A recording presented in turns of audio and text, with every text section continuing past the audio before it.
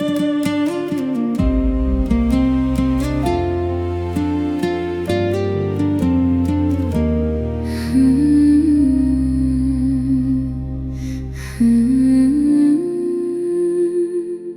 ប់នេះមេឃត្រជាក់ដល់បេះដូងដែលកំពុង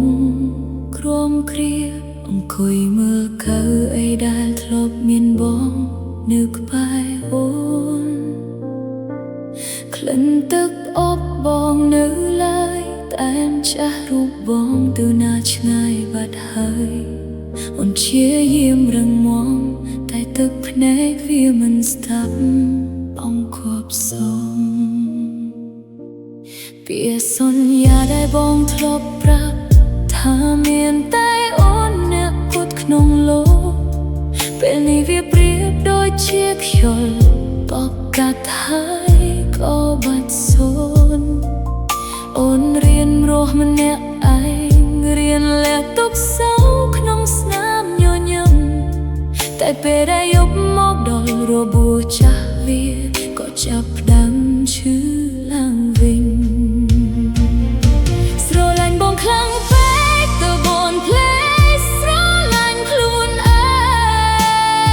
ងគ្រប់យ៉ាងដែលអូនផ្ដល់ឲ្យបងចាត់ទុកវាជារឿងធម្មតា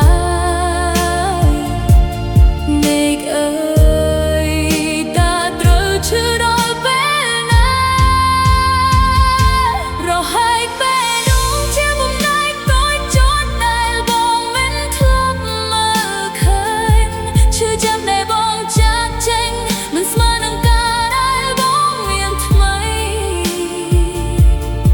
ចង់ស្រែកសួរថាហេតុអ្វីតែមួតពីញនិយាយមិនចេញប្រហែលពេលរងព្រោះតែជឿជាក់លើរូបបងខ្លាំងពេកមែនទេតែវត្តផលចុងក្រោយសល់តែស្រមោលអូននឹងភាពឯកាបើដឹងថាថ្ងៃនេះមកដល់អូននឹងមិនបើកតែដងទទួលបងតែវ័យវាហួបពេលហើយ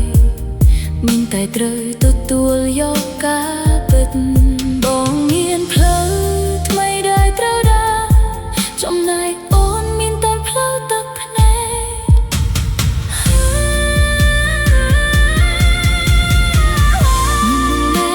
អូនមិនចង់ខ្វល់តែនឹងថាចិត្តបងលែងនៅទីនេះ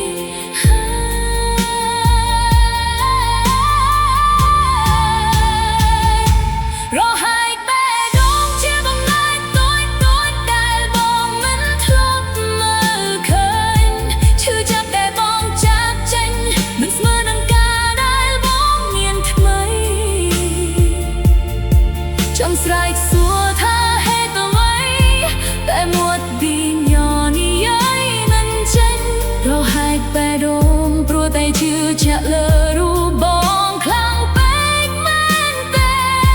ទើបបត់ផលចុងក្រោយសល់តែស្រមោលអូននឹងភាពឯកា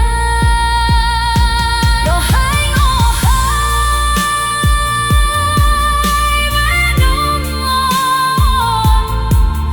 លីហើយនោះដៃអូនធ្លាប់ស្រឡាញ់បំផុត